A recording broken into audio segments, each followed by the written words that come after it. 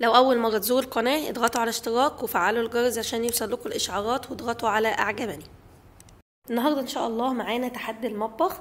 إن شاء الله هنشوف كل واحدة هتعمل إيه في المطبخ بتاعها، ومعايا قنوات جميلة مشاركة معايا في التحدي.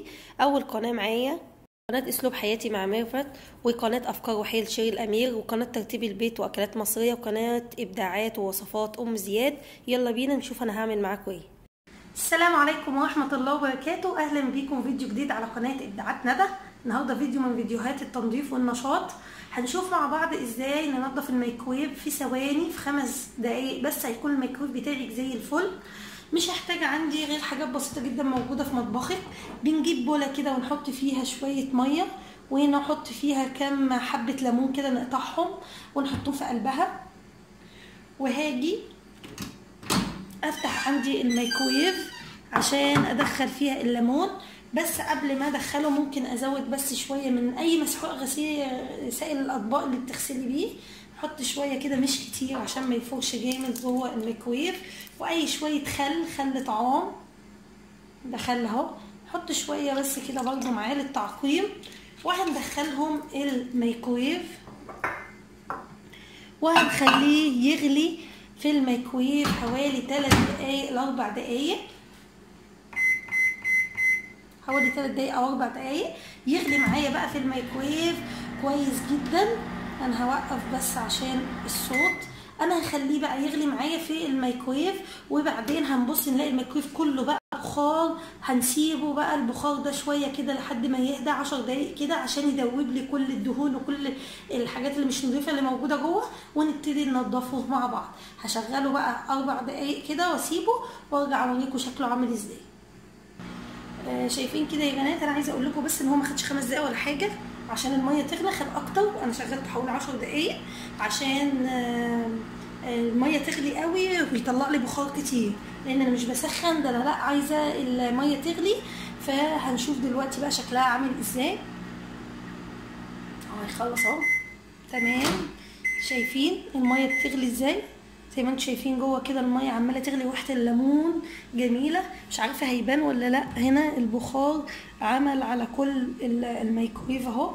انا بقى هقفل عليه واسيبه شويه جوه الميكرويف كده عشان خاطر البخار ده يسيح لي كل الحاجات اللي فيه، ونرجع ننضفه مع بعض. هنطلع بقى مع بعض دلوقتي البوله اللي احنا حطيناها. خلي بالنا عشان اكيد سخنه لانها كانت بتغلي، نشيلها بحرص كده. الميه دي ما ترموهاش، دي ميه جميله جدا فيها خل وفيها ليمون، وفي يعني ممكن نغسل بيها المواعين او نلمع بيها الحوض او كده، هيبقى جميل قوي. فما نرميهاش، نخليها.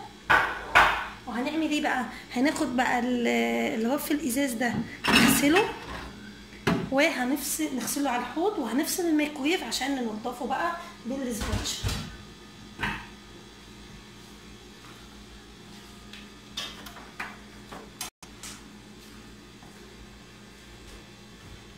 تجيبي بقى الاسبونج عندك كده، طبعا هتشيل برضو السير ده، هتشيله.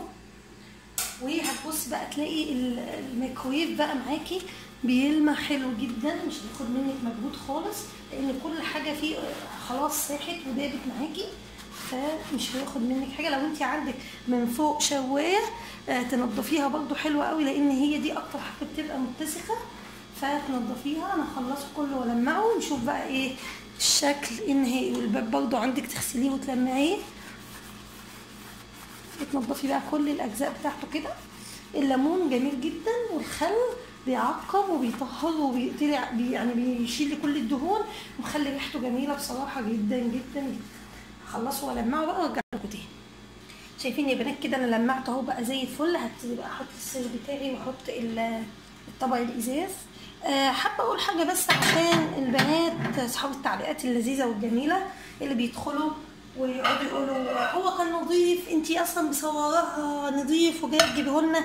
يا جماعه ماشي، هو انا لازم اسيب حاجتي وحشه ومش نظيفه وحالتها صعبه يعني عشان خاطر اوريها لكم ازاي انا نظفتها؟ ايه المانع ان حاجتي انا اكون محافظه عليها نظيفه؟ المهم ان عندك ان انا جبت لك الطريقه ازاي انا محافظه على نظافته، وازاي خليته انا بالحاله دي وخليه شكله نظيف على طول، ومش ما وصلش لحاله سيئه. يعني مش لازم اصور لك الحاجه شكلها بشع واذي عيون الناس يعني بحاجه قذره عشان تشوفي سيادتك ازاي انا بحوله لنضيف. لا، انا بجيب لك الطريقه وازاي انا منضفاه ومخلياه نضيف كده. مش خلاص اتعلمي، خدي الفكره، ومش لازم تقعدي تنتقدي وتقعدي تقولي ان انت لا جايباه نضيف وانت ايه ما كانش وسخ اصلا وانت صورته لنا وهو نضيف.